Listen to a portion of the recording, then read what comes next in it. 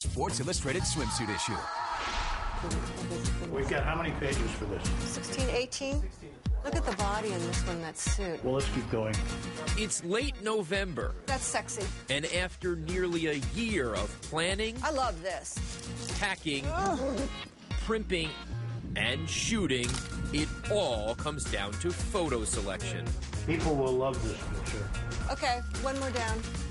The Sports Illustrated team sorts through 155,000 shots to choose the lucky ones that will make the swimsuit issue. What about this? Love. Or this? Or any one of those? Okay. And the most anticipated, most talked about photo of the year, and the most discussed, deliberated, and debated decision the staff will make is the cover. I think she looks real sleepy. I don't like the light in here. I love that, but... Editor Diane Smith and her team personally look through every photo. At what point do you know something's a cover shot? Every girl I work with, there's that magic moment. Kraft or Julie, somebody, you got to see it. It's so beautiful. The light is hitting the side of her body perfectly. Wow. Gorgeous. Open the eyes, hon. Julie Henderson spent 3 days in Chile working for that perfect shot that could take her career to the next level. What percentage of the jobs would you say you're doing now come out of the fact that you're a Sports Illustrated girl? Well, I know definitely all my swimsuit catalogs, but everything else I'm sure it does because clients love to have, you know, a model that is known. The main reason SI swimsuit models are known is because SI prints their name alongside their photos.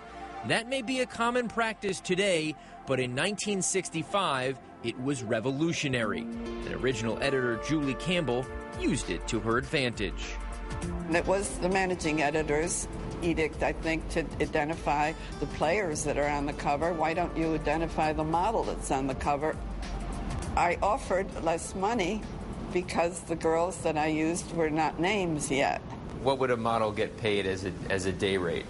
This is a secret. No one ever knew except the agency and the model. It was $250 a day.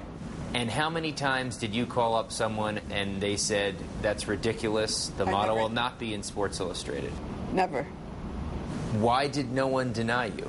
Because they wanted to be in SI.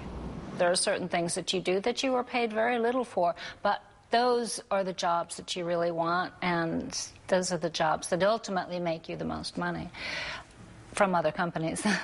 At the height of her modeling career, Cheryl Teagues had a signature clothing line at Sears that did $1 billion in sales.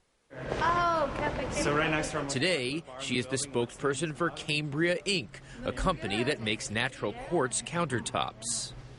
Carol Alt has her own line of skincare products based on her popular raw food diet.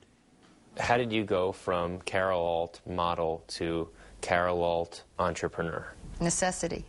Making it to the top is the luck of the draw, but staying there is all you, baby. It's all how you deal in business.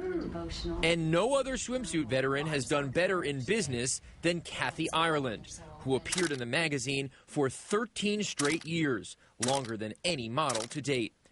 Well, modeling wasn't a part of my plan, but I looked at the opportunity and said, you know, maybe I can earn some money for college or to start a business. Turns out it wasn't swimwear that would make her millions, but footwear. Why socks? It was a very basic place to start. If swimsuits would have been too obvious, but if women would embrace my socks, we might be onto something.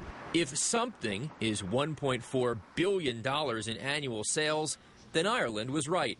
What Forbes magazine called a design empire, Kathy Ireland Worldwide markets more than 15,000 products in 28 countries. Ireland is CEO and chief designer. What percentage of your customer knows or cares that Kathy Ireland was this famous SI model? Our customer doesn't care that I modeled in Sports Illustrated. It's more about what I was able to learn and gain from that experience than just seeing a picture of me. She looks beautiful there. I like this one where she's closed mouth versus this one. Yeah. In its storied history, the cover has catapulted women into stardom. So a lot rides on the decision for 2010. Let me see what you did with this. Terry McDonnell makes the final call. People call me up when this issue comes out. Everybody's got an opinion.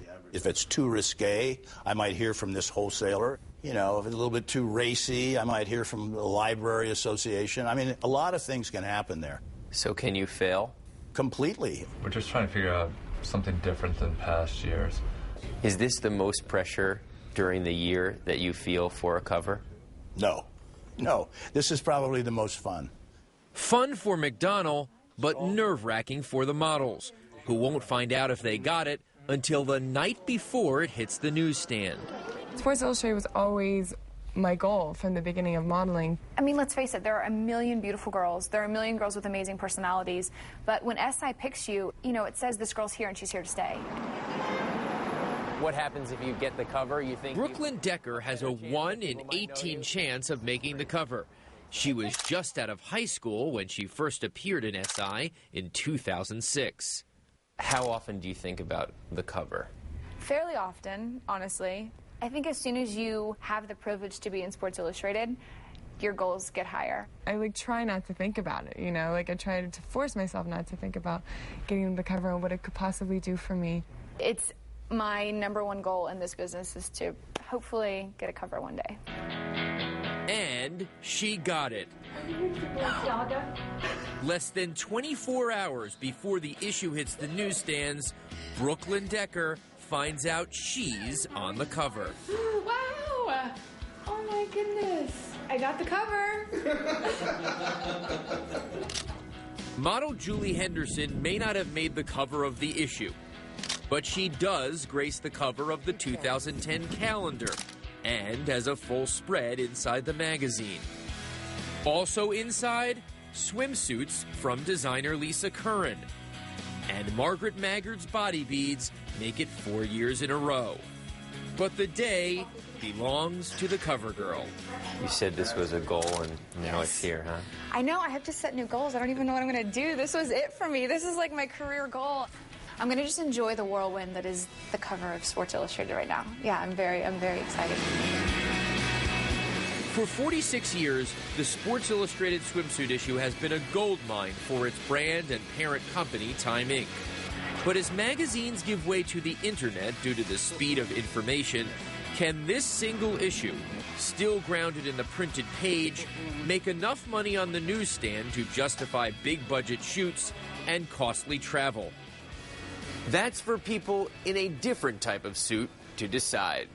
For CNBC, I'm Darren Ravel. Thanks for watching.